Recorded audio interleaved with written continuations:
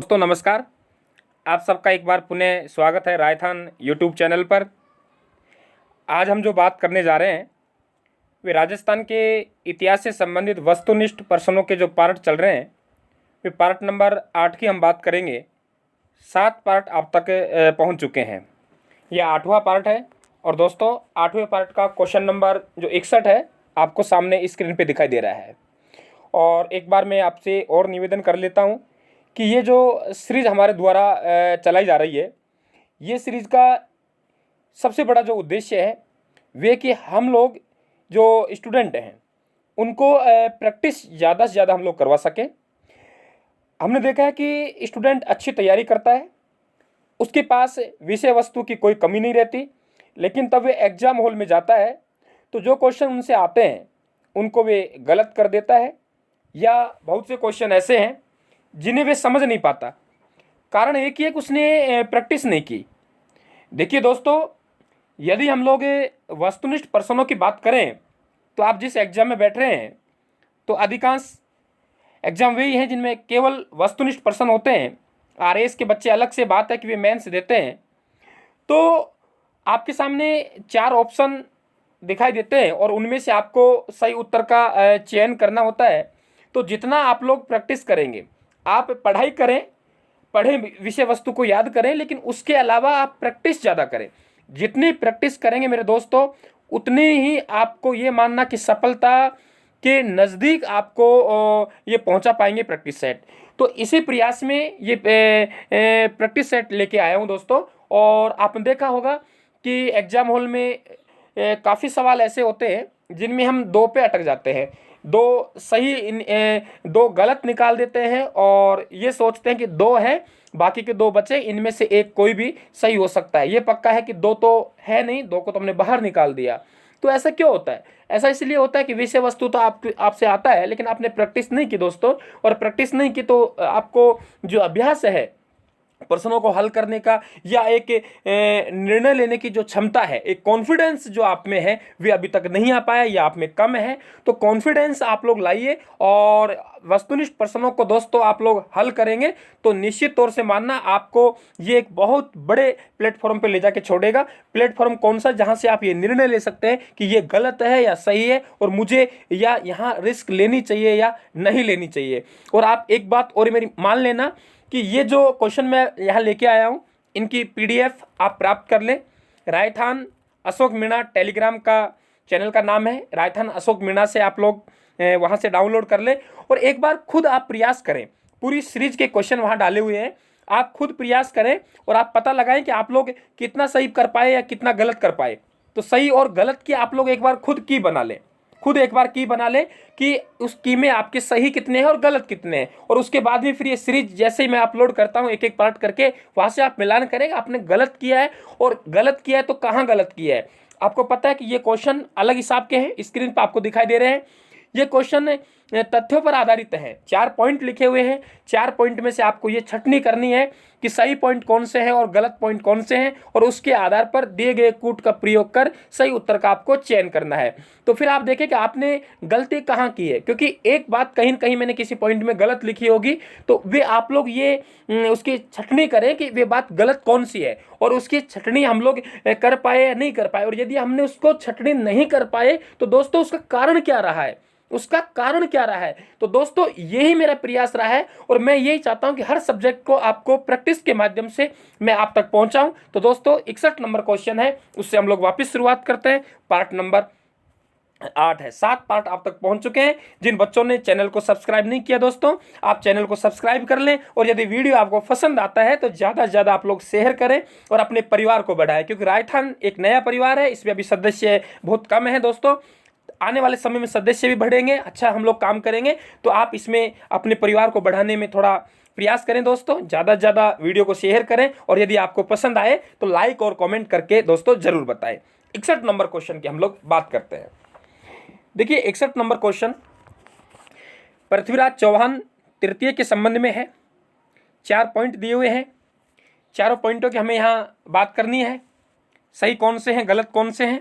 देखिए नंबर 1, 1191 ईस्वी में तराइन का प्रथम युद्ध में पृथ्वीराज चौहान का सेनापति खांडे राव था।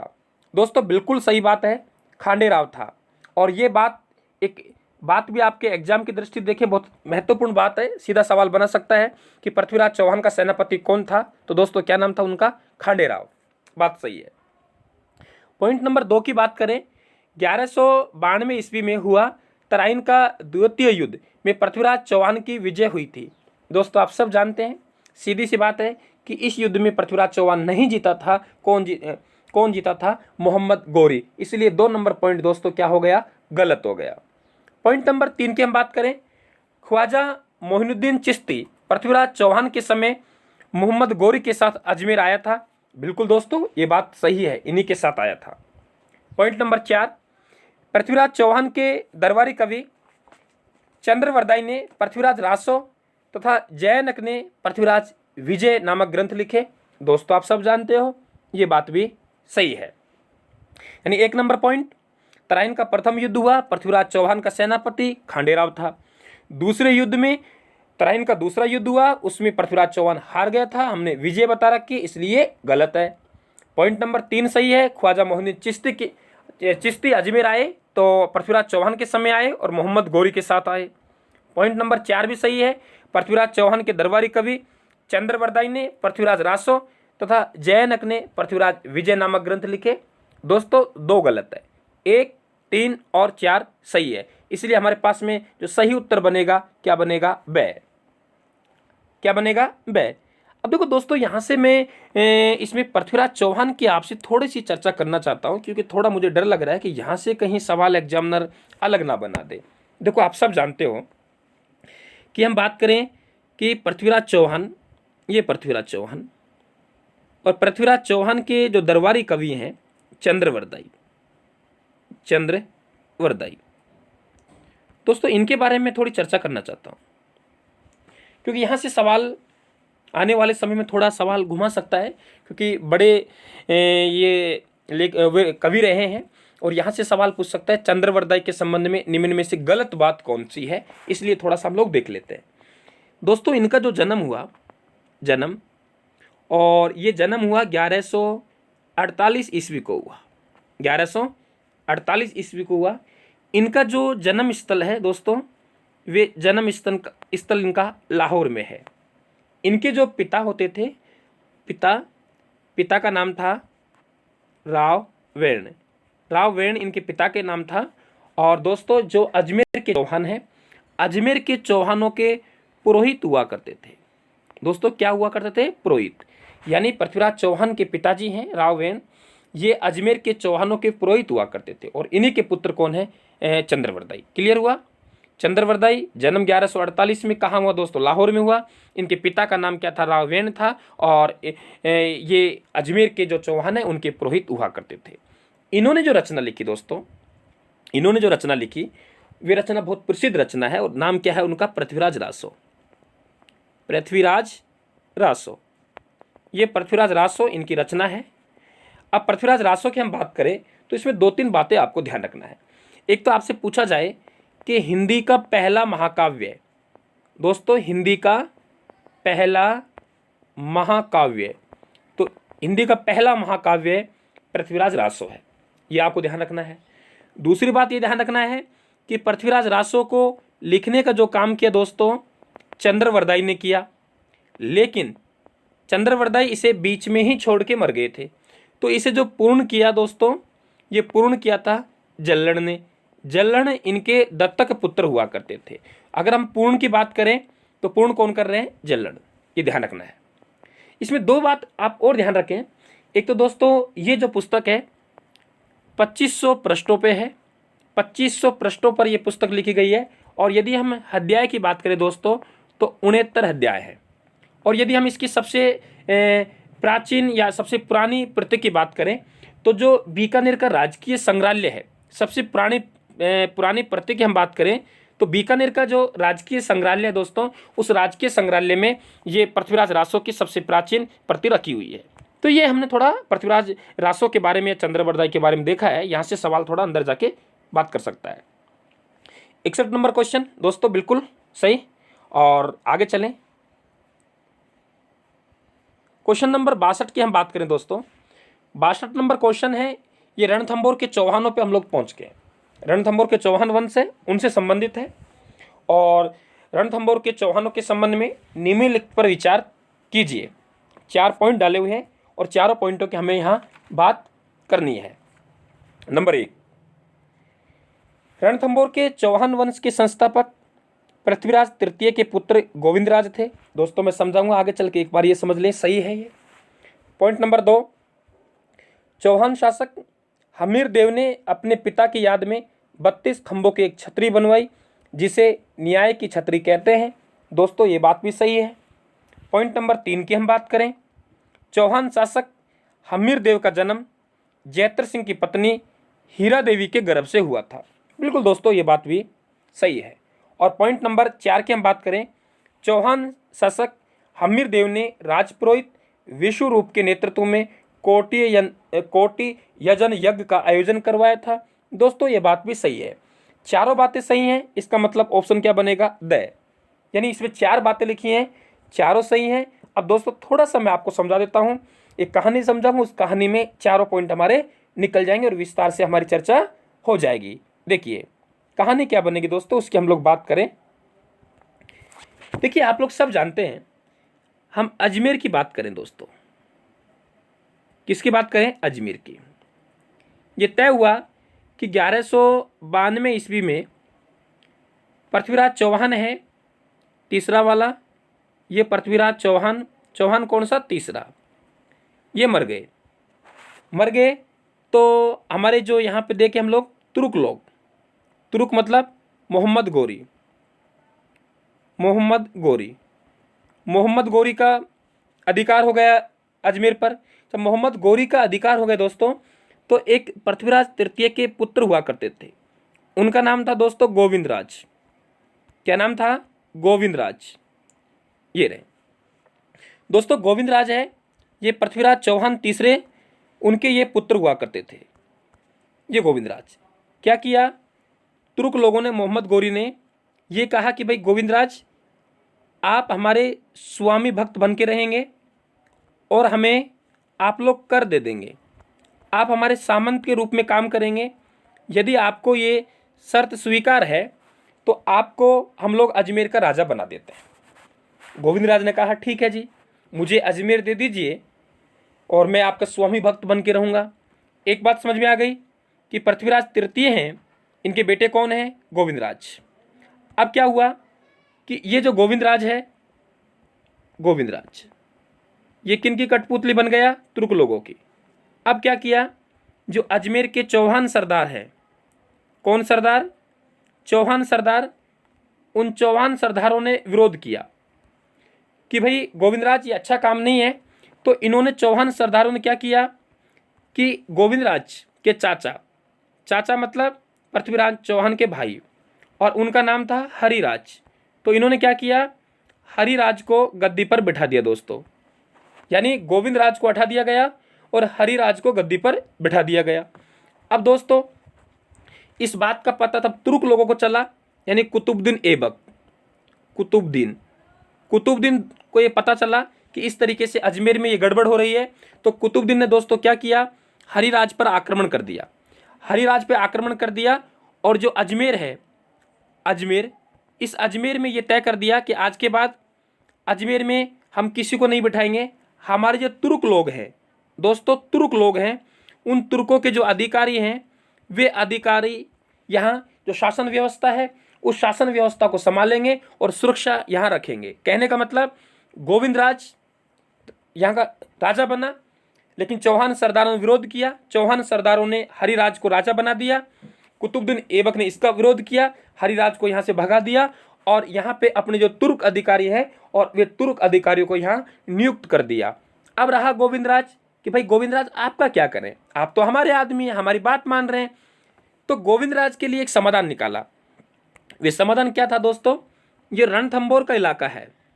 कौन सा, रणथंभौर का जो दुर्ग है, रणथंभौर का जो किला है, वे किला 1194 ईस्वी में किसको दे दिया दोस्तों, गोविंदराज को दे दिया। गोविंदराज कौन, पृथ्वीराज चौहान का बेटा। इसलिए ये गोविंदराज ने कहा कि रणथंभौर दे दीजिए जी, और रणथंभौर में ये तय हो गया कि आप तब तक यहाँ के शासक रहेंगे, दिल्ली के अधीन रहेंगे, दिल्ली शासकों के अधीन रहेंगे। तो रणथंभौर में जो दोस्तों चौहान वंश के जो संस्थापक हैं, वे संस्थापक कौन हो गए? गोविंदराज। एकदम क्लियर? आगे चलते हैं, अभी कहानी और बाकी है। अब क्या होगा, देखिए यहाँ एक राजा हुआ जिनका नाम है दोस्तों जयसिम्हा, यह कहते हैं जैत्र सिंह। जैत्र सिंह ये नाम भी मिलता है, ये नाम भी मिलता है। और इनकी जो बात करें, इनकी जो पत्नी का नाम है, किनकी पत्नी? जैत्र सिम्हा की पत्नी। इनकी जो पत्नी है आप सब जानते होंगे शायद, उनका बेटे का मैं जो नाम लेने जा रहा हूं वे नाम कौन है? हम्मीर देव। कौन है दोस्तों? हम्मीर देव। तो जैत्र सिम्हा की जो पत्नी है उनका नाम क्या है? हीरा देवी। हीरा देवी के गर्भ से एक पुत्र जन्मा और उस पुत्र का नाम क्या है दोस्तों? हम्मीर देव। ये रे, क्लियर हुआ? अब हम्मीर देव के पिता कौन हो गए? जयसिम्हा या जैत्र सिम्हा। और हम लोग बात करें माँ का नाम तो हीरा देवी। अब दोस्तों ये हम्मीर देव के जो पिता हैं, ये पिता जैत्र सिंह या जयसिम्हा, इन्होंने रणथंभौर पर 32 वर्षों तक राज्य किया। और 32 वर्षों तक राज्य किया तो हम्मीर देव ने अपने पिता की याद में यहाँ एक छतरी बनवाई, 32 खंभों की छतरी, क्योंकि 32 वर्षों तक इनके पिता ने यहाँ शासन किया था। और यहाँ पे हम्मीर देव बैठकर जनता की न्याय किया करता था दोस्तों, इसलिए इस छतरी को हम लोग क्या कहते हैं? न्याय की छतरी कहते हैं। क्लियर हुआ दोस्तों? अब देखो आराम से समझ लो, इस क्वेश्चन को पूरा पूरा समझ में आ गया होगा। देखिए पहला पॉइंट समझ में आ गया, रणथंभौर के चौहान वंश का संस्थापक पृथ्वीराज तृतीय का पुत्र गोविंदराज था। दूसरा पॉइंट समझ में आ गया, चौहान शासक हम्मीर देव ने अपने पिता की याद में 32 खंभों की छतरी बनवाई, जिसे न्याय की छतरी कहते हैं।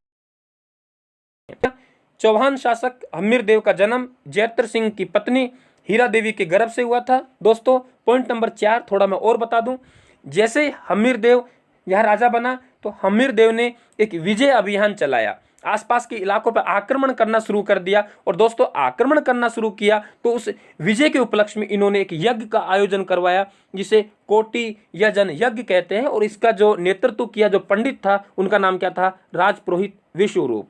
चारों पॉइंट समझ में आ गए दोस्तों, और इसीलिए मैं कह रहा था कि द ऑप्शन क्या होगा? सही होगा। तो क्वेश्चन नंबर 62 दोस्तों बिल्कुल क्लियर हुआ। आगे हम लोग चलें तो 63 नंबर क्वेश्चन आपको दिखाई दे रहा है। 63 नंबर क्वेश्चन आपको दिखाई दे रहा है दोस्तों।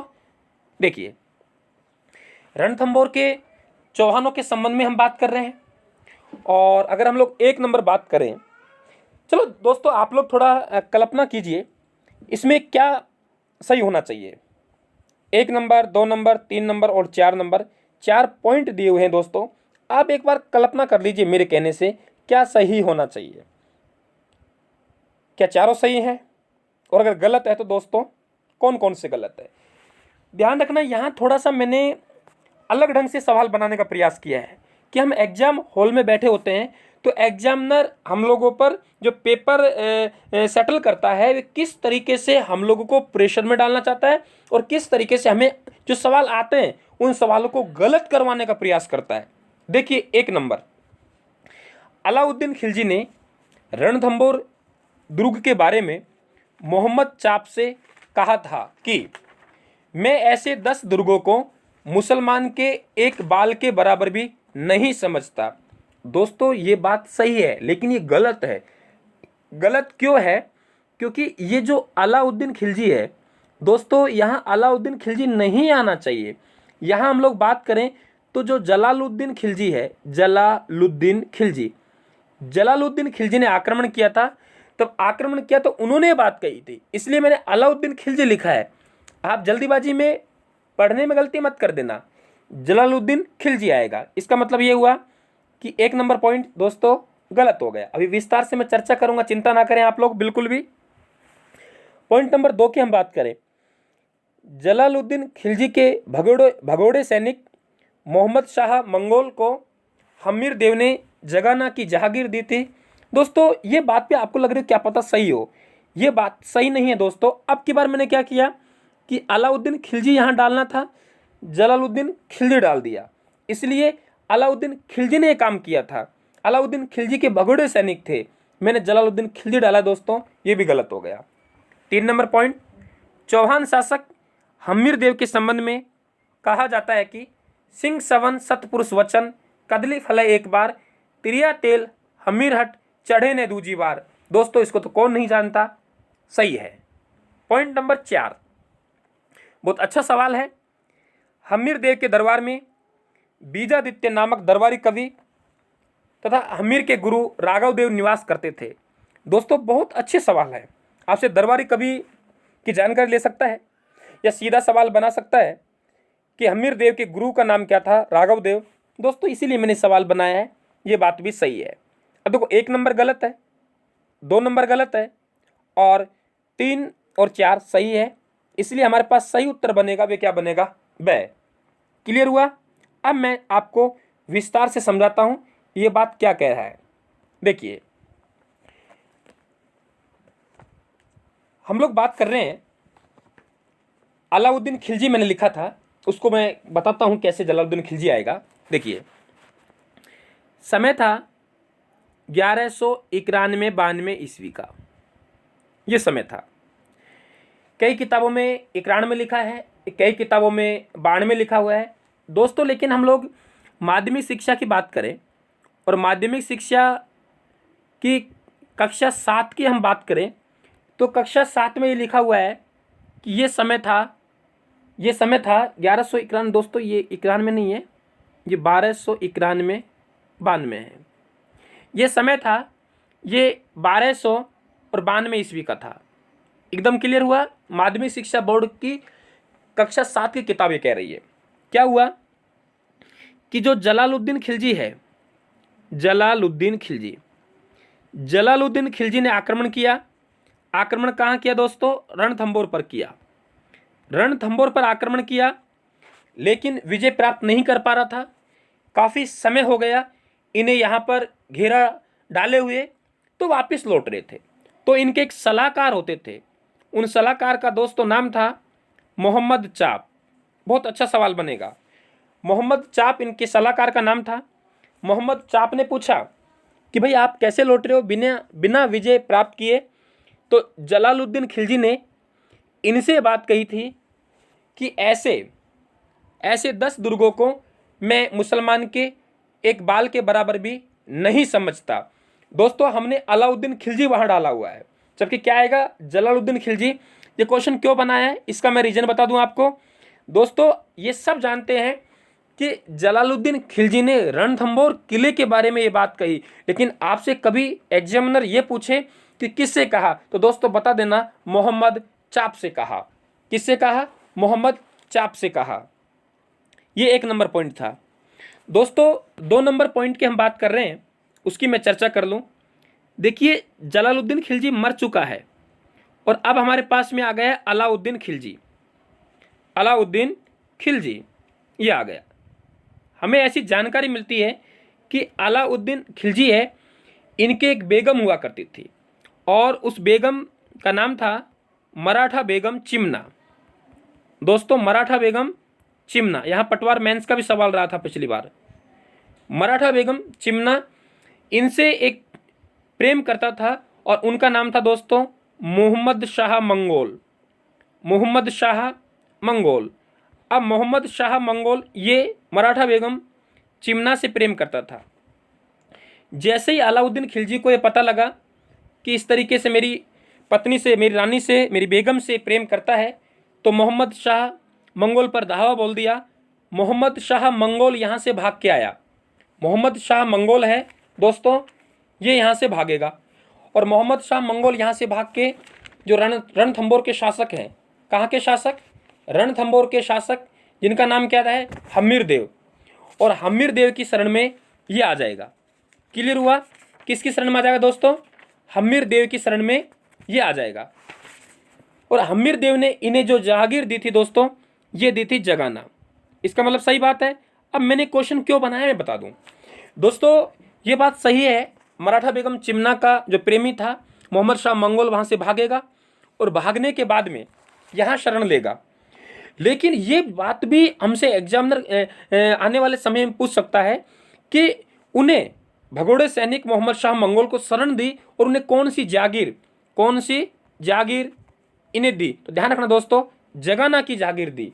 और फिर यहाँ एक पॉइंट बनता है कि बताते हैं कि अलाउद्दीन खिलजी ने इनसे वापस मांगा, मेरे भगोड़े सैनिक को वापस लौटा दो। तो दोस्तों इन्होंने लौटाने से इनकार कर दिया।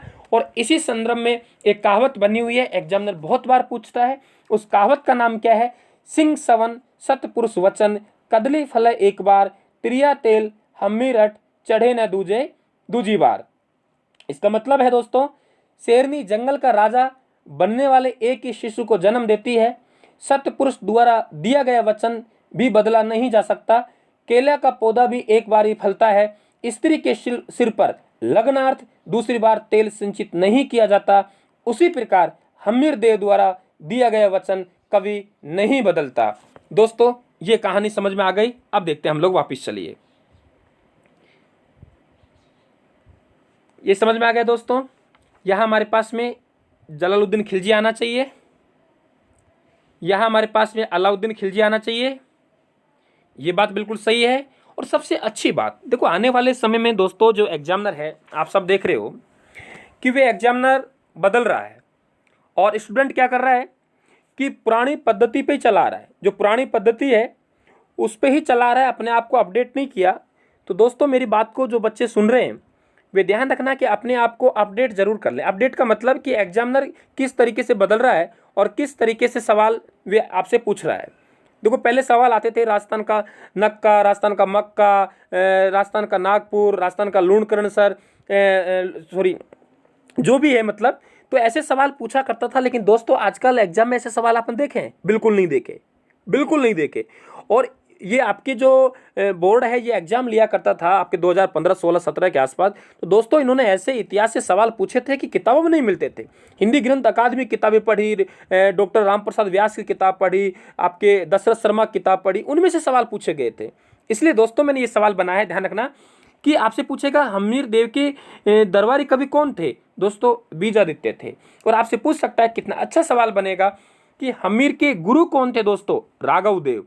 और ध्यान रखना ये जो राघव देव है दोस्तों, इनके जो पौत्र हुआ करते थे, इनके पौत्र, उनका नाम था दोस्तों शारंगधर। क्या नाम था दोस्तों? शारंगधर। पिछले पार्ट में मैंने समझाया भी है। इनके जो पौत्र थे दोस्तों शारंगधर, शारंगधर ने एक रचना लिखी और उनका नाम क्या है दोस्तों? हम्मीर रासो। दोस्तों क्या नाम है? हम्मीर रासो। ध्यान रखना, बिल्कुल आप लोग चिंता ना करें। हम्मीर रासो है, ये दो किताब हैं। एक शारंगधर लिख रहा है जो कि जो हम्मीर देव है इनके गुरु थे राघव देव, राघव देव के पौत्र हुआ करते थे। और दूसरी रचना लिख रहा है दोस्तों कौन? जोधराज। दो अलग अलग इतिहासकारों ने अलग अलग पुस्तक लिखी, लेकिन दोनों का नाम दोस्तों क्या है? हम्मीर रासो। तो ये आपका क्वेश्चन नंबर जो है आपका 63 दोस्तों कंप्लीट हुआ। अब लोग हम बात कर रहे हैं क्वेश्चन नंबर 64 की। देखिए दोस्तों समझ में तो आ रहा है ना? यदि आपके समझ में आ रहा है तो दोस्तों कमेंट करके ज़रूर बता दें, कमेंट करें। आपका कोई सुझाव हो दोस्तों तो वे सुझाव भी आप हम तक पहुंचाएं दोस्तों। और आपको यदि पसंद आ रहा है तो लाइक ज़रूर करें। और दोस्तों आप जब लाइक और कमेंट करते हैं तो बिल्कुल हम लोग एक एक लाइक और कमेंट से बड़े खुश होते हैं कि बच्चों ने जो हम लोग बात कहना चाह रहे हैं उस बात को हमारे बच्चे समझ रहे हैं। तो दोस्तों आप प्लीज़, आपको यदि पसंद आए तो आप जरूर लाइक करें। आपको अच्छा लगे, आपको लगे कि सर बढ़िया प्रयास करें, लाइक करें और आप लोग कमेंट करके बताएं। यदि कोई आप सुझाव देना चाहते हैं दोस्तों तो आप लोग सुझाव दें। जैसा हमारे मन में आया वैसा हम लोग दोस्तों कर रहे हैं।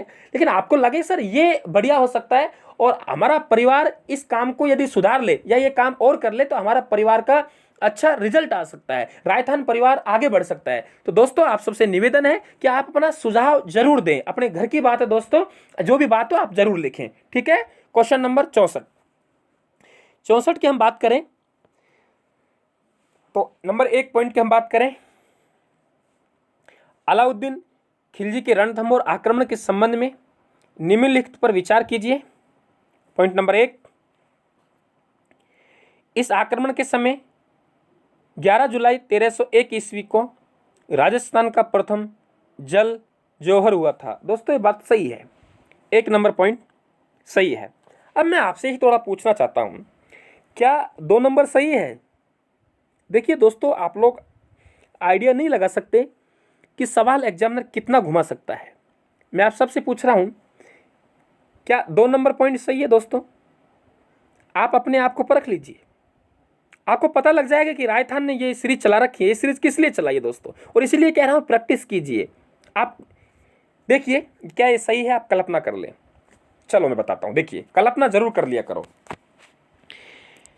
पॉइंट नंबर 2, इस आक्रमण के समय हम्मीरदेव ने सेनापति रणमल व रतिपाल ने विश्वासघात किया। हम्मीरदेव के सेनापति रणमल व रतिपाल ने विश्वासघात किया था।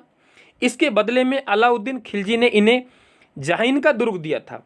दोस्तों ये बात गलत है। गलत क्यों, मैं बता दूं।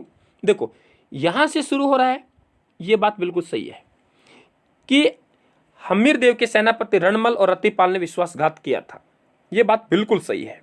लेकिन आगे देखिए, इसके बदले में अलाउद्दीन खिलजी ने जहाइन का दुर्ग दिया था। दोस्तों ने नहीं, दुर्ग देने का वादा जरूर हुआ था दोस्तों, लेकिन तब अलाउद्दीन खिलजी ने विजय प्राप्त कर ली तो दोनों को बुलाया, रणमल को भी बुलाया और रतिपाल को बुलाया, और रणमल और रतिपाल से कहा कि आप कौन सा दुर्ग लेना चाहते हैं। तो इन्होंने दुर्ग लेने की इच्छा जाहिर की। तो अलाउद्दीन खिलजी ने कहा जिसका आपने बहुत दिनों से आप नमक खा रहे हो, आप उसी के नहीं हुए, उसी से आप गद्दारी कर बैठे हैं दोस्तों, और आप मेरे पक्ष में हो गए हैं, तो क्या गारंटी आप मेरे से गद्दारी नहीं करेंगे। दोस्तों दोनों को मरवा दिया था अलाउद्दीन खिलजी ने, कोई किसी प्रकार का दुर्ग इनको नहीं दिया था दोस्तों, इसलिए पॉइंट गलत है। देखो कैसे पेपर को घुमाया है, कैसे क्वेश्चन को घुमाया है उसने, इसका मतलब गलत हो गया।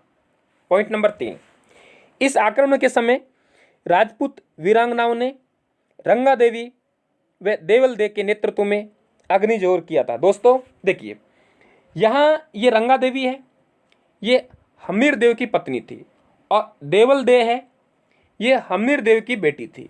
एक पत्नी एक बेटी, बिल्कुल सही है। इनके नेतृत्व में जोहर होगा दोस्तों, लेकिन जल यानी एक तालाब में कूद के जोहर करेंगे ये, यहाँ अग्नि जोहर नहीं होगा। राजस्थान का पहला जो अग्नि जोहर होगा दोस्तों वे तो चित्तौड़ में होगा, पद्मनी वाला। तो ये बात भी दोस्तों गलत हो गई, ध्यान रखना। पॉइंट नंबर 4, खिलजी की रणथंभौर विजय के बाद अमीर खुसरो ने कहा था कि आज कुफ्र का गढ़ इस्लाम का घर हो गया। दोस्तों इसको तो आप सब जानते हो, ये सही है। अगर 1 और 4 सही है तो हमारे पास में सही उत्तर क्या बनेगा, ब। क्लियर हुआ। अब मैं थोड़ा सा आपसे चर्चा करता हूँ इन पॉइंटों के बारे में। देखो दोस्तों मैंने 1 नंबर पॉइंट डाला है, ये हम सब जानते हैं कि राजस्थान का पहला साका रणथंभौर में हुआ, और हम्मीरदेव के नेतृत्व में राजपूत योद्धाओं ने केसरिया किया, और रंगा देवी और देवल दे के नेतृत्व में राजपूत रानियों ने जौहर किया। लेकिन दोस्तों ध्यान रखना, एग्जामिनर आपसे अब ये समय पूछ सकता है, ये समय कब, तो ध्यान रखना 11 जुलाई 1301, पहला और 1301 मतलब पहला, तो इसलिए मैंने इस सवाल को बनाया है।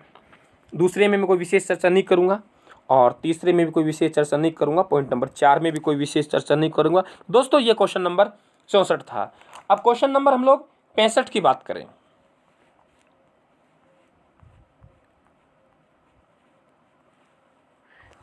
अरे भाई समझ तो आ रहा है ना आप लोगों के, समझ आ रहा है, बिल्कुल आपके समझ आना चाहिए दोस्तों।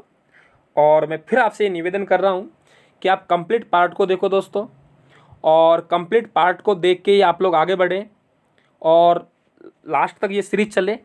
इस सीरीज को दोस्तों आपको देखना है, क्योंकि बात मैं बार बार एक ही बात कह रहा हूँ, प्रैक्टिस कीजिए। अगर आपको एग्जाम पास करवाएगा दोस्तों तो प्रैक्टिस ही करवाएगा। प्रैक्टिस कीजिए, पढ़ने के बाद बार बार प्रैक्टिस कीजिए, और अपने आप को देखिए कि हम लोग जो सोच रहे हैं वे क्या सोचा और जवाब क्या आया है, हमने गलत सोचा या सही सोचा। तो दोस्तों ये आप लोग थोड़ा ध्यान रखना, ठीक है।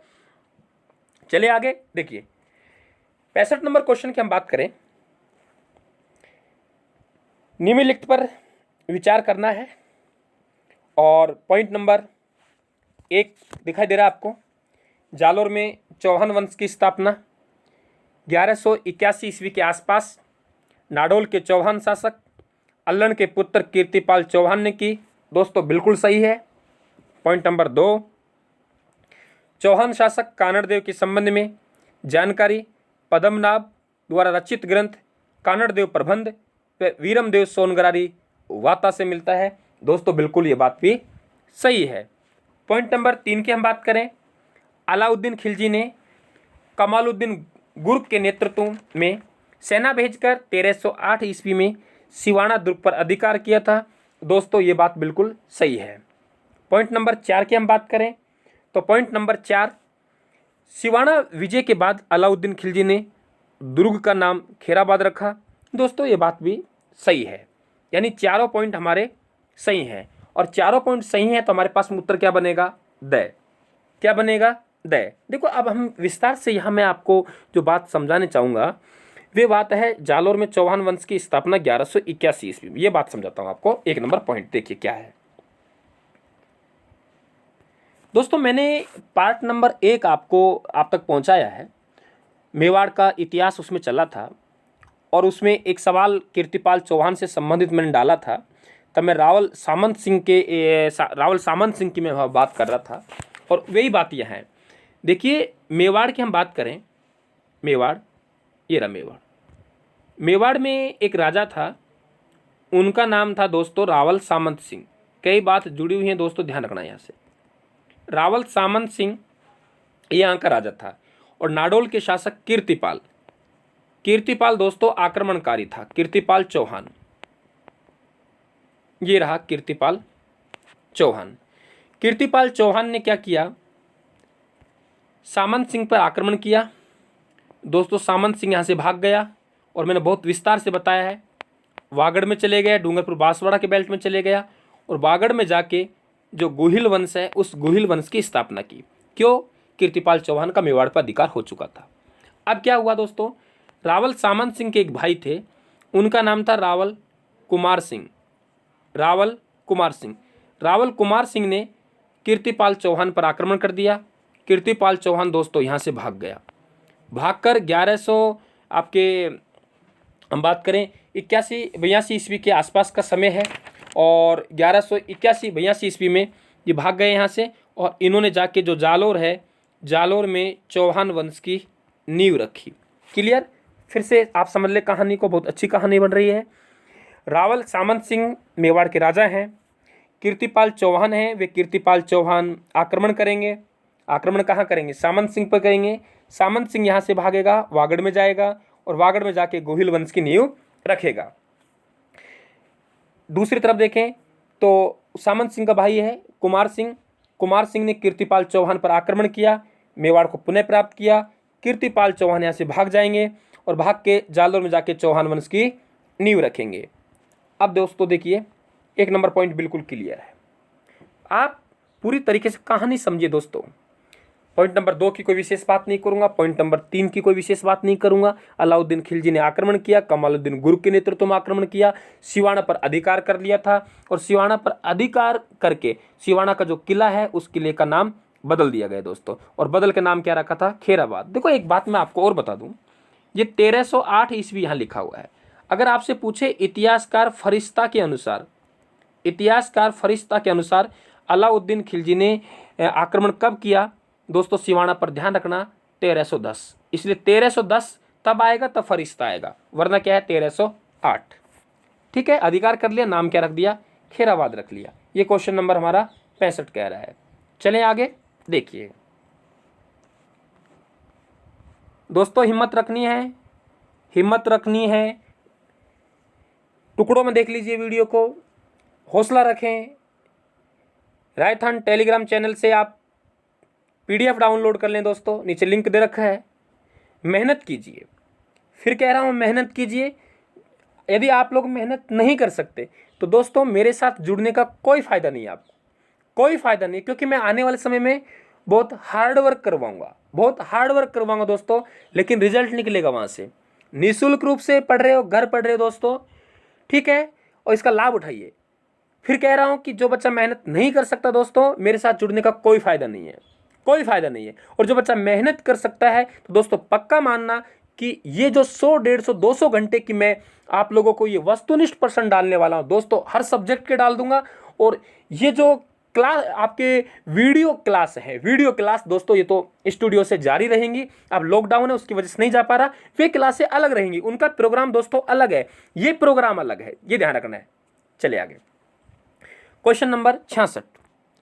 पॉइंट नंबर 1 की बात करें, अलाउद्दीन खिलजी के सिवाना आक्रमण के समय मेणा दे के नेतृत्व में राजपूत रानियों ने जौहर किया। दोस्तों बात सही है। पॉइंट नंबर 2, अलाउद्दीन खिलजी के जालोर आक्रमण के समय जेतलदे के नेतृत्व में राजपूत रानियों ने जौहर किया था। दोस्तों ये बात सही है। देखिए मैं ये कहानी बता दूं आपको कि मैंने दोनों क्वेश्चन क्यों रखे हैं। दोनों क्वेश्चन में दोस्तों मैंने ऐसे रखे हैं कि सिवाना पर आक्रमण करेगा अलाउद्दीन खिलजी, वे 1308 में करेगा, आप सब जानते हो। और जालोर पर आक्रमण करेगा वे 1311 में। तो 1308 का सिवाना शाखा और 1311 का जालोर शाखा। अब रहा सवाल कि भाई ये तो हम जानते हैं कि अगर सिवाना की हम बात करें तो सिवाना में जो किलेदार है सिवाना का, उनका नाम है शीतल देव। शीतल देव के नेतृत्व में राजपूत योद्धा क्या करेंगे, केसरिया करेंगे।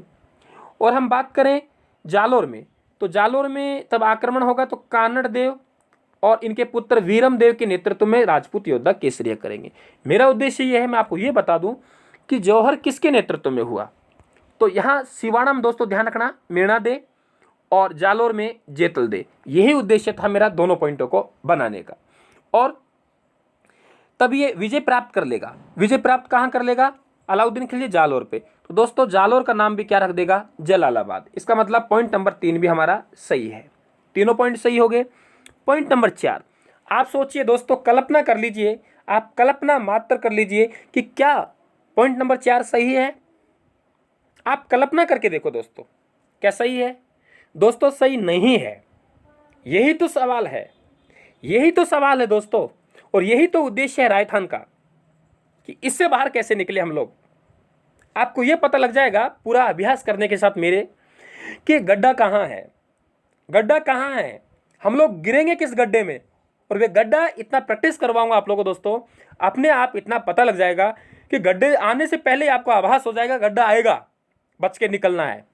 ठीक है, देखिए मूछला मालदेव के नाम से प्रसिद्ध मालदेव चौहान ने खिलजी आक्रमण के समय बड़ी वीरता के साथ राजपूतों का मनोबल बढ़ाया और वीर गति को प्राप्त हो गया। दोस्तों मैं आपको ये बता दूं, ये पहले तो ये गलत है, एकदम गलत है, एकदम गलत है। गलत क्यों है इसे मैं बताता हूं आपको। देखिए जालोर की हम बात करें, ये रहा जालोर, और जालोर में हमारे कानड़ देव का भाई है, उनका नाम क्या है, मालदेव चौहान। मालदेव चौहान, क्लियर। मालदेव चौहान को हम मूछला मालदेव भी कहते हैं क्योंकि लंबी लंबी मूछ रखा करता था। दोस्तों ध्यान रखना कहीं आप राव मालदेव कर दें। मूछला मालदेव, मालदेव चौहान है, जालोर का रहने वाला है, कानड़ देव का भाई है। दोस्तों मालदेव चौहान बिल्कुल यहाँ था और बताया जाता है कि इन्होंने लड़ाई लड़ी, लेकिन अंत में जाके जो अलाउद्दीन खिलजी है, अलाउद्दीन खिलजी की दोस्तों इन्होंने अधीनता स्वीकार कर ली, यानी मालदेव चौहान इस युद्ध में नहीं मरा था। और दोस्तों ध्यान रखना ये मालदेव चौहान यहाँ नहीं मरेगा, क्योंकि यही जो मालदेव चौहान है दोस्तों, ये जो अलाउद्दीन खिलजी है, अलाउद्दीन खिलजी दोस्तों चित्तौड़ पर अधिकार करेगा 1303 में, और चित्तौड़ को अपने पुत्र खिजरा खां को दे देगा। और दोस्तों आप जानते हो आगे चल के लगभग 1316 ईस्वी के आसपास, मैंने आपको पार्ट नंबर 1-2 में पढ़ाया हुआ है, ये 1316 ईस्वी के आसपास ये खिजरा खां इसी मालदेव चौहान को चित्तौड़ देगा, इसी मालदेव चौहान को चित्तौड़ देगा। इसका मतलब जीवित है, जीवित है ना, क्लियर। फिर समझ ले, जालोर के कानड़ देव के भाई मालदेव चौहान है, युद्ध लड़ेंगे लेकिन अधीनता स्वीकार कर लेंगे अलाउद्दीन खिलजी की। अलाउद्दीन खिलजी चित्तौड़ पे आक्रमण करेगा, अपना पुत्र खिजरा खां को चित्तौड़ सौंप देगा, नाम बदल के खिजराबाद रख देगा, और ये खिजरा खां 1316 ईस्वी के आसपास मालदेव चौहान को चित्तौड़ देख के लौट जाएगा। मालदेव चौहान जिंदा है। और ध्यान रखना 1326 ईस्वी में जो हमीर देव चौहान है, जो कि चित्तौड़ पे अधिकार करेंगे, इसी मालदेव चौहान के पुत्रों को पराजित करेंगे। दोस्तों मेरे समझाया हुआ है, पार्ट नंबर 1 या 2 होना चाहिए उसमें, क्लियर हुआ। अब आपके देखो दोस्तों आराम से समझ आ जाएगा। मैं यही कह रहा हूं कि बिना समझे हम लोग सवाल को हल नहीं कर सकते दोस्तों, नहीं कर सकते। मूछला मालदेव के नाम से प्रसिद्ध मालदेव चौहान ने खिलजी आक्रमण के समय बड़ी वीरता के साथ राजपूतों का मनोबल बढ़ाया। यहाँ तक बात सही है दोस्तों, लेकिन अंत में वीर गति को प्राप्त हो गए, बात गलत है क्योंकि अधीनता स्वीकार कर ली थी। अब हमारे पास में 1, 2, 3 सही है, तो सही उत्तर क्या बनेगा दोस्तों, बे।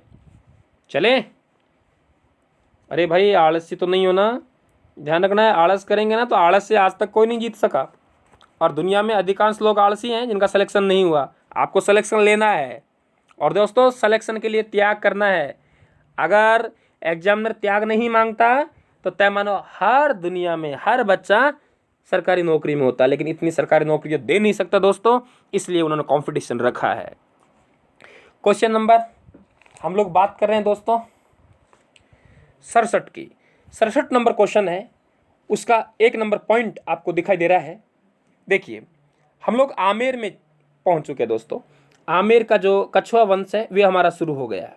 ये रहा, पूरा इतिहास कवर करूंगा, चिंता मत कीजिए आप लोग, यहाँ पूरे इतिहास से मेरे सवाल बनाए हुए हैं।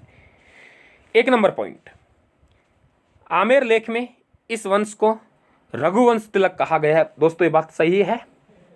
पॉइंट नंबर 2, इस वंश की स्थापना 1137 ईस्वी में दुले राय ने की थी। दोस्तों ये बात भी सही है। पॉइंट नंबर 3,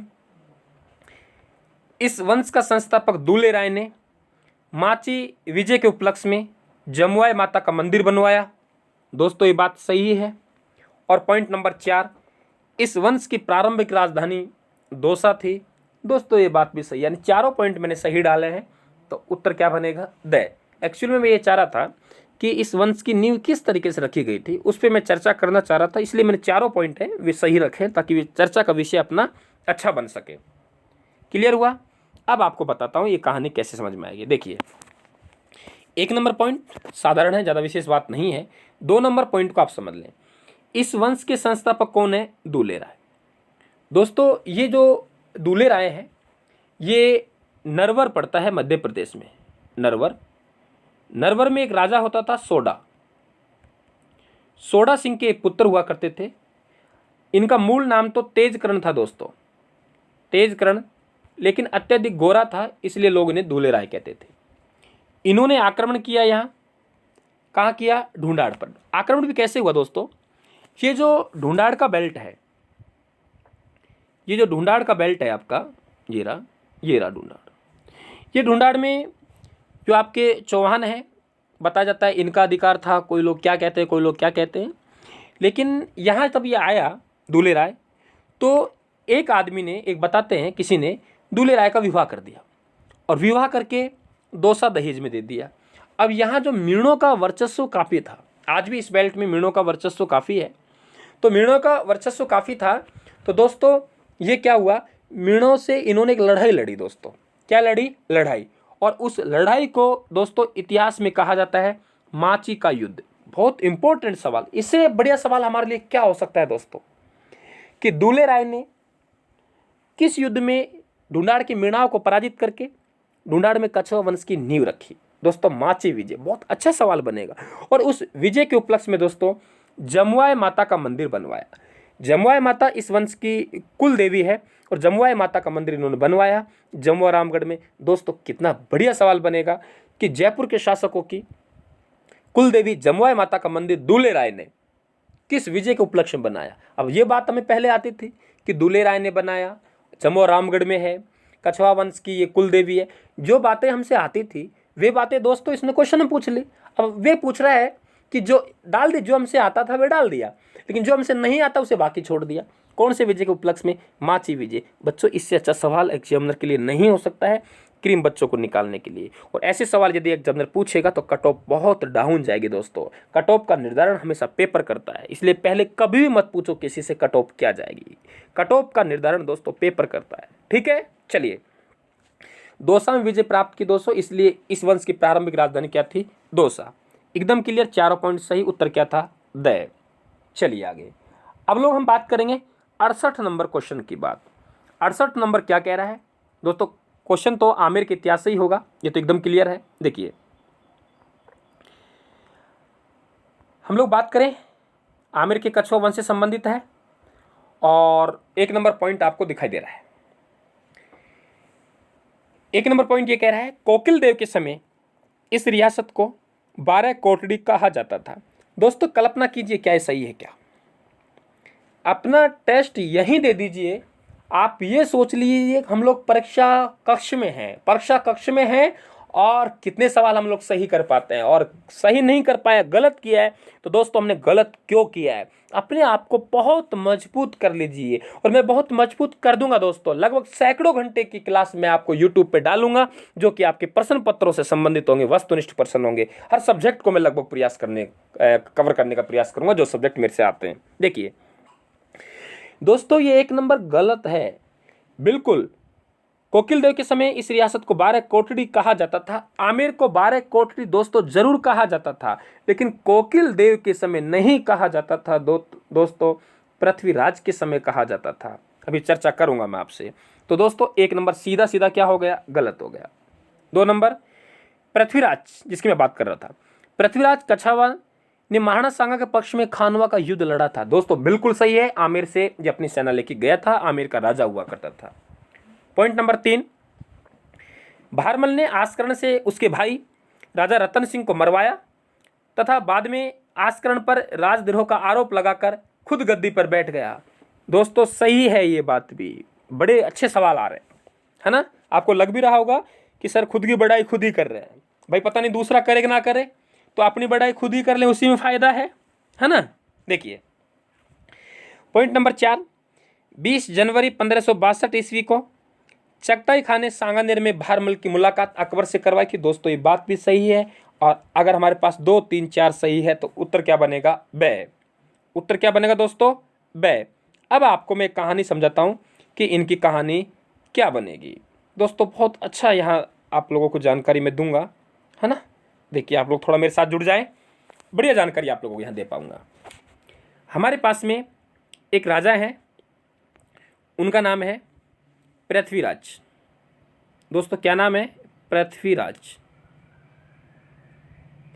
ये पृथ्वीराज आमेर के शासक हैं, ये रहे। क्लियर हुआ।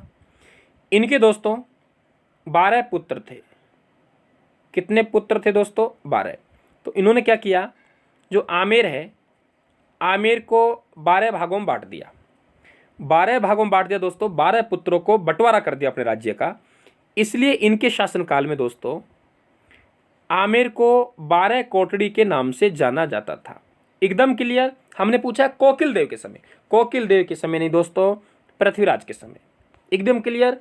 और ये जो पृथ्वीराज है, इन्होंने जो महाराणा सांगा ने खानवा का युद्ध लड़ा था 17 मार्च 1527 को, इस खानवा का जो युद्ध है, खानवा का युद्ध है, खानवा का युद्ध ये रहा दोस्तों। एक मैं निवेदन करूंगा कि पार्ट नंबर 5 में क्वेश्चन नंबर 41 था, उसका पॉइंट नंबर 1 था।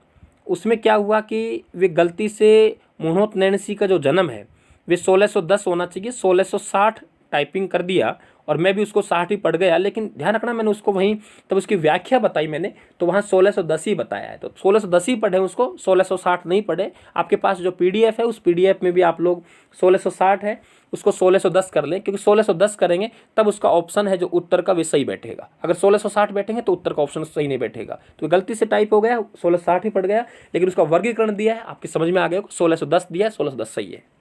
क्लियर हुआ। खानवा के युद्ध में इन्होंने भाग लिया, और खानवा के युद्ध में इन्होंने भाग लिया, लड़ता हुआ मारा गया। क्लियर। अब देखिए आगे कहानी बताता हूँ आपको, बहुत अच्छी जानकारी, जो मैं आपको मूल जानकारी देना चाहता हूँ दोस्तों, वो ये है कि ये जो पृथ्वीराज है, मैं बहुत बार बच्चों से पूछता हूँ कि बताइए भारमल के बाप का नाम क्या है, बच्चों की जुबान लड़खड़ा जाती है। ध्यान रखना, आज पता लग जाएगा भारमल के पिता कौन है, और ऐसे ही सवाल एग्जामिनर आपसे करेगा। ये पृथ्वीराज के एक पुत्र था, उसका नाम था पूर्णमल। ये रे पूर्णमल, और पूर्णमल के जो पुत्र हैं, पूर्णमल के भाई दूसरे भीमदेव, ये रे, और जिस आदमी की हमें ज़रूरत है ये रहा भारमल। 3 आदमियों को हमको ज़रूरत है, तीनों भाई हैं। भीमदेव के दोस्तों ये पुत्र हैं, उनका नाम है रतन सिंह। क्या नाम है दोस्तों, रतन सिंह। और रतन सिंह के भाई, उनका नाम है दोस्तों आस्करण। अब समझ में आएगा। देखिए पृथ्वीराज के बड़े पुत्र थे, वे भीमदेव थे, लेकिन पृथ्वीराज ने अपनी पत्नी बालाबाई के कहने में आके पूर्णमल को उत्तराधिकारी घोषित कर दिया, जो कि छोटा था। तो 1 नंबर पे पूर्णमल राजा बना। पूर्णमल को गद्दी से हटाकर भीमदेव फिर राजा बन गया। 2 नंबर पे भीमदेव राजा बना। 3 नंबर पे दोस्तों भीमदेव का जो पुत्र है रतन सिंह राजा बना। समझ आ गया। अब दोस्तों क्या हुआ, ये आस्करण था, भारमल बहुत कूटनीतिज्ञ था। भारमल ने सोचा कि मैं गद्दी कैसे प्राप्त कर रहा हूँ, क्योंकि गद्दी तो इस तरीके से आगे बढ़ने लगी, इसको आगे कैसे रोकूं, वापस मैं ऐसे कैसे घुमाऊं। तो उन्होंने आस्करण को बहकाया। आस्करण से कहा, भाई ऐसे आस्करण, आप राजा बनना नहीं चाहते? बोले बनना चाहता हूँ। बोले साहब कैसे बनूंगा? बोले ऐसे कर दे, रतन सिंह को मार दे। तो आस्करण को बहकावा में लेके दोस्तों रतन सिंह को मरवा दिया था भारमल ने। अब क्या हुआ, आस्करण गद्दी पर बैठा। भारमल ने आरोप लगाया, भाई अपने भाई को मारा है रतन सिंह को, ये तो राजद्रोही है। तो दोस्तों इनको पदच्युत किया गया और पदच्युत करके खुद भारमल गद्दी पर बैठा। देखिए कितनी चालाकी से गद्दी पर बैठा है, बहुत कूटनीतिज्ञ आदमी था। वंशावली कहाँ जा चुकी है, इसलिए पहले पूर्णमल, फिर उसका भाई भीमदेव, भीमदेव के बाद रतन सिंह की हत्या आस्करण ने की, भाई ने भाई को मारा, फिर वापस घूम गया और फिर इनका चाचा यानी भीमदेव का भाई भारमल राजा बना। दोस्तों अब आपके ये क्वेश्चन क्लियर हो गए, क्लियर हुए, देखिए आराम से, कोई समस्या नहीं है। 1 नंबर तो गलत था, कोकिल देव नहीं आएगा, पृथ्वीराज आएगा। 2 नंबर सही, खानवा के युद्ध में। 3 नंबर भी सही है दोस्तों, बहुत अच्छी तरीके से समझाया मैंने। 4 नंबर आप सब जानते हो कि भारमल की जो मुलाकात है, बताते हैं पहली मुलाकात इनकी दिल्ली में हुई। कहाँ हुई? दिल्ली में। दिल्ली में जो मुलाकात करवाई वे मजनू खान ने करवाई अकबर से। किसकी? भारमल की। और दूसरी जो मुलाकात हुई दोस्तों, वे तब अकबर अजमेर यात्रा पर आ रहा था, ख्वाजा साहब की दरगाह में आ रहा था, तब इनकी मुलाकात सांगानेर में किसने करवाई थी? चगताई खान ने करवाई थी। दोस्तों ये 1 नंबर पॉइंट गलत था और तीनों पॉइंट आपके सही हैं, बहुत इंपॉर्टेंट है एग्जाम की दृष्टि से, आप इन्हें जरूर ध्यान रखें। दोस्तों मैं एक सिंगल लाइन का क्वेश्चन बना सकता था, लेकिन मैं जानबूझ के नहीं बनाया, क्योंकि मैं ज़्यादा से ज़्यादा जानकारी देना चाहता हूं और आप लोगों को उलझा के सवाल हल करवाना चाहता हूं। देखिए क्वेश्चन नंबर 69 की हम बात करें, सामने स्क्रीन पर आपको दिखाई दे रहा है।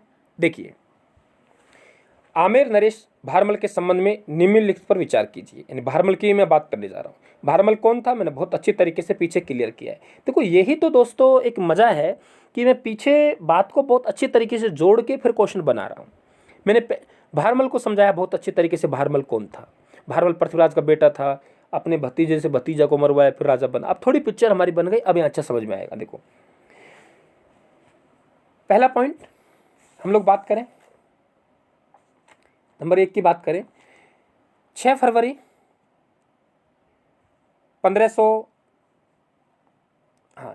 1562 ईस्वी को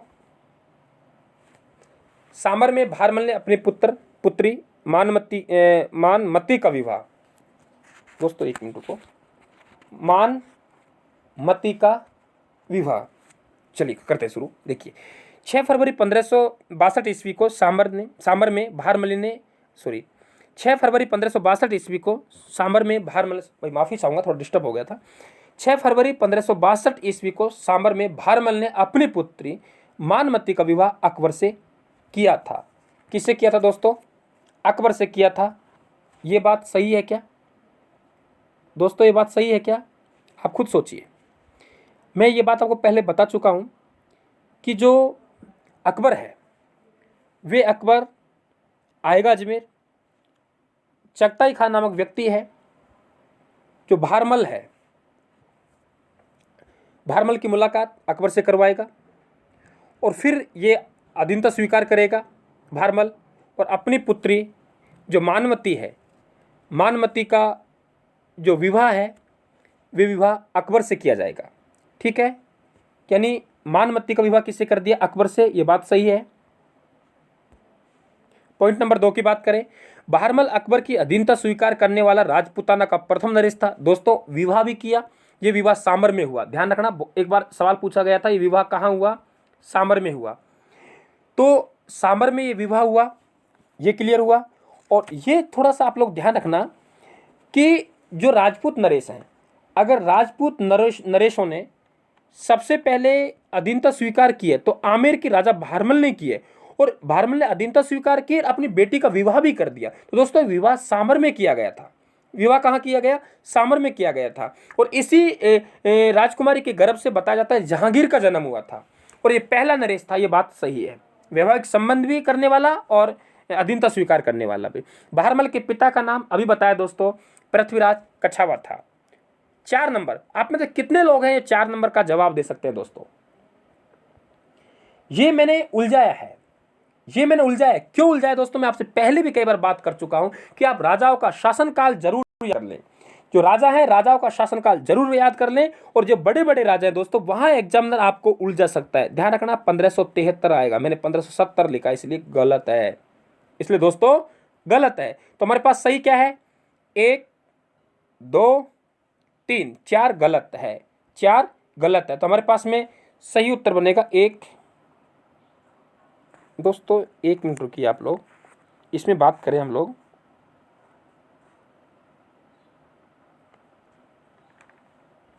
एक नंबर सही, हाँ 2 नंबर सही, 3 नंबर सही, 4 नंबर गलत। क्या बनेगा? ए। बिल्कुल क्लियर है। ठीक है भाई, आगे चले। कोई विशेष बात नहीं, एक ही ध्यान रखना है कि पहला राजपूत नरेश है जो अधीनता स्वीकार करेगा और अकबर से वैवाहिक संबंध स्थापित करेगा। क्वेश्चन नंबर 70 की हम बात करें। 70 में 1 नंबर आपको दिखाई दे रहा है।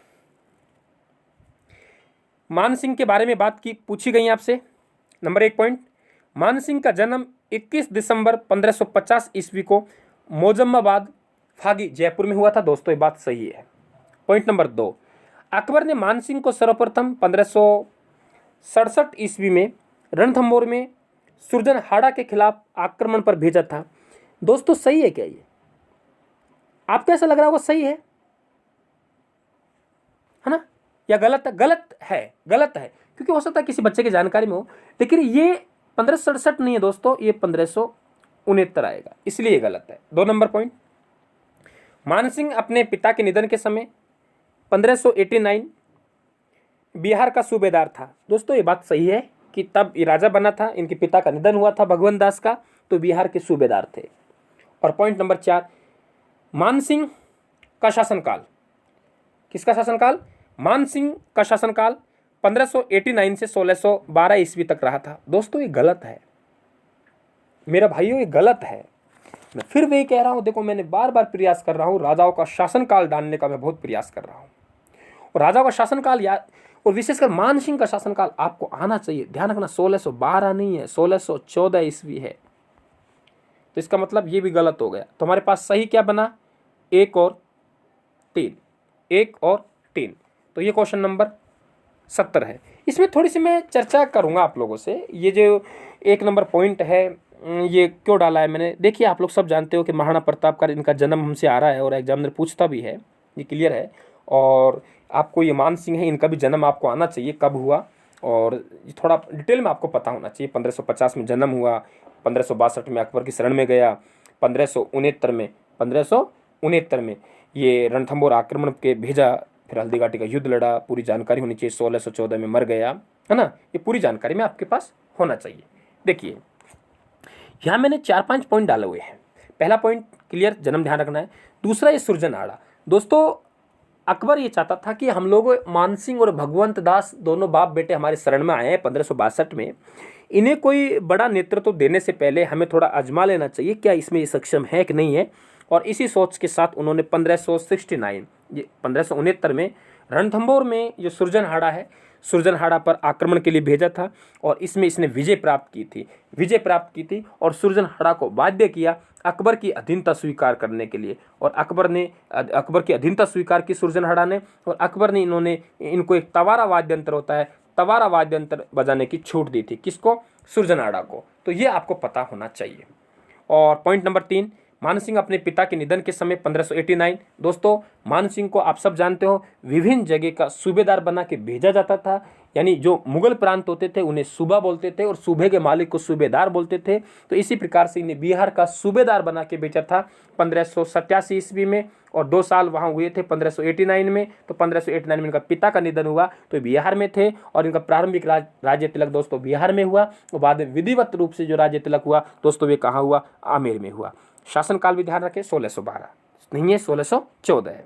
देखो मैंने सन पकड़े हैं आपको। पहले 1550 में जन्म हुआ, 1562 शरण में गया, अकबर की सेवा में गया, 1569 में रणथंभौर पर आक्रमण पे गया, 1589 पिता का निधन राजा बना, और 1614 में खुद मर गया।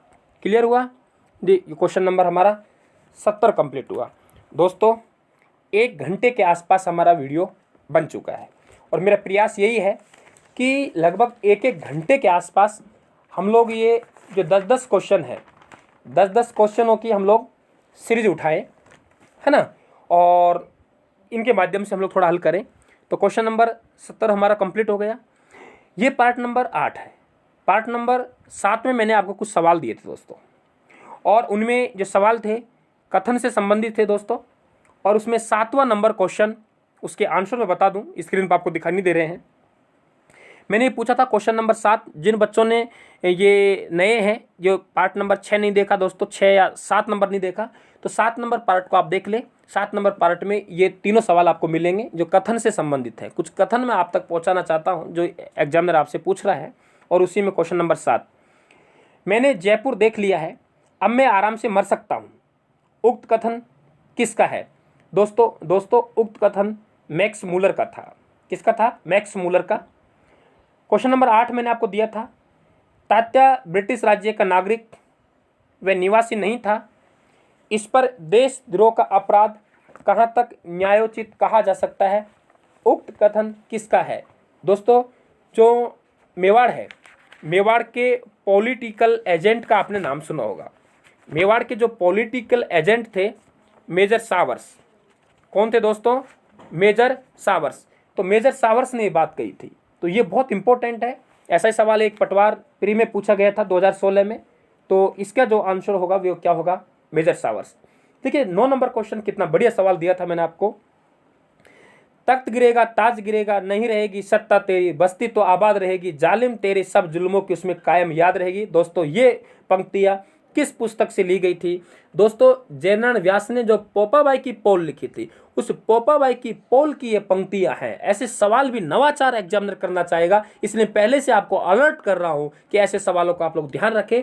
उसकी जो पंक्तियां थी मैंने आधा दिया है, पूरा जो था, भूखे की सूखी हड्डी से वज्र बनेगा महाभयंकर, ऋषि दधीची को ईर्षा होगी, नेत्र नया खोलेंगे शंकर, कली तुझ पर गाज गिरेगी, तेरा सभी समाज गिरेगा, तख्त गिरेगा ताज गिरेगा, नहीं रहेगी सत्ता तेरी, बस्ती तो आबाद रहेगी, जालिम तेरे जुल्मों की कायम याद रहेगी। यानी राजाओं को चेतावनी दी गई थी कि आने वाले समय में सब गिर जाएंगे और तुम जुल्म कर रहे हैं उनकी याद रहेगी, और ये बस्ती तो आज भी आबाद है दोस्तों, कल भी आबाद रहेगी। तो ये है। आप लोग सभी को एक बार पुनः नमस्कार। एक घंटे से वीडियो ज़्यादा जा रही है, इसलिए ज़्यादा मैं चर्चा नहीं करूंगा। आप सभी को नमस्कार, आपका बहुत बहुत धन्यवाद। फिर मिलेंगे हम लोग पार्ट नंबर 9 लेकर, शायद 13 या 14 पार्ट बनेंगे इतिहास से। उसके बाद देखते हैं कौन सा सब्जेक्ट हम लोग शुरू करें। आप मेरे से कौन सा सब्जेक्ट शुरू करवाना चाहते हैं दोस्तों, वे कॉमेंट करके बताएं। आप लोग ध्यान रखना, 2 सीरीज चल रही है, टेस्ट सीरीज, ये क्वेश्चन है, ये क्वेश्चन अलग चल रहे हैं, और वीडियो वाला पार्ट दोस्तों अलग चलेंगे, लॉकडाउन की वजह से रुके हुए हैं। ओके, धन्यवाद, थैंक यू।